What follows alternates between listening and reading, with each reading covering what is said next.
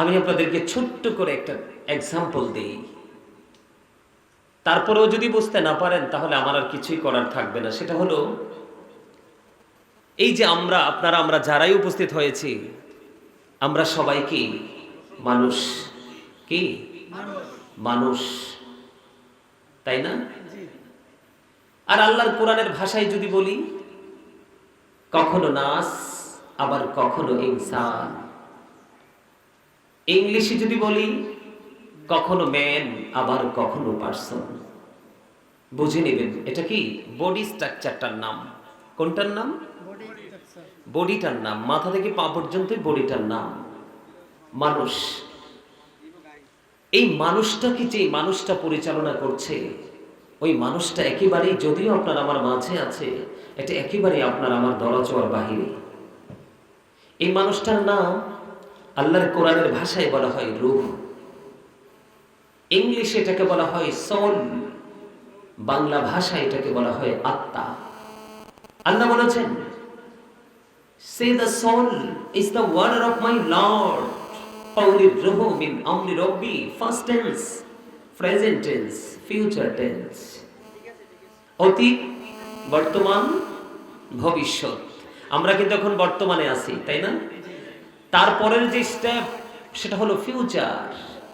আপনি কি আপনার ফিউচারকে ব্রাইটনেস করতে চান, আলোকিত করতে চান?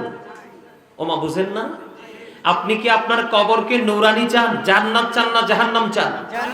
আরে জোরে কে কে কবরকে জান্নাত হিসেবে দেখতে চান? হাত তুলেন তো। আল্লাহু আকবার। হাত নামান।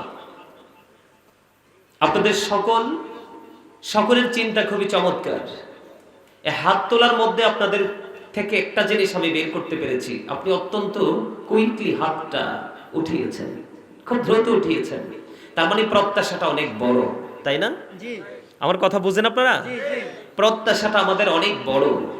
এই বড় প্রত্যাশাটাকে আরো বেশি বড় করতে হবে, তাহলেই কিন্তু আপনার আমার জন্য বড় নিয়ামত বরাদ্দ হবে। যেই কথাটা আমি বলতে চেয়েছি অত্যন্ত গুরুত্বপূর্ণ একটা বিষয়, সম্মানিত উপস্থিতি বুঝে নেবেন। তাহলে আপনি প্রত্যেকে কি ডাবল, কেউ কিন্তু সিঙ্গেল নই। একটা হলো দেহ আর একটা হলো রূহ, একটা হলো ভিতর আর একটা হলো বাহির। সম্মানিত উপস্থিতি, একটু আমার বিষয় কিন্তু এটা না। আপনাদের মানে এক কথায় যদি বলি, দুই চারজন বাদ দিয়ে আমি যদি সবাইকে বলি, আমি বলতে বাধ্য হব ইউ আর ভেরি উইক। মানে আমি খুবই আশ্চর্য হয়েছি আপনাদের মানে এই অবস্থাটা দেখে। সম্মানিত উপস্থিতি, আমার দিকে তাকান। আমি সবাইকে বলতে চাই, স্টপ ইউর মাউথ এভরিবডি। আবার বলছি, স্টপ ইউর মাউথ এভরিবডি। সকলের জবানকে বন্ধ রাখতে হবে। সেকেন্ড যে condition, you listening my lecture very attentively. আমার কথা সবাইকে মন দিয়ে শুনতে হবে। থার্ড কন্ডিশন, যদি ভালো না লাগে, I say go to your seat, out of sight. কারণ আপনি এখানে বসে থেকে জাস্ট টাইমটাকে পাস করে দিচ্ছেন, কিন্তু এই সময় দিয়ে আপনার কিছুই হবে না। কারণ প্রত্যেকটা পার্সন ডাবল। আপনার যে বাহির দেহ, এটার কিন্তু কোনো ভ্যালু নেই, এটা জাস্ট খাঁচা। এটা কি খাঁচা? পাখি না থাকলে খাঁচা শূন্য না? খাঁচার কি কোনো দাম আছে?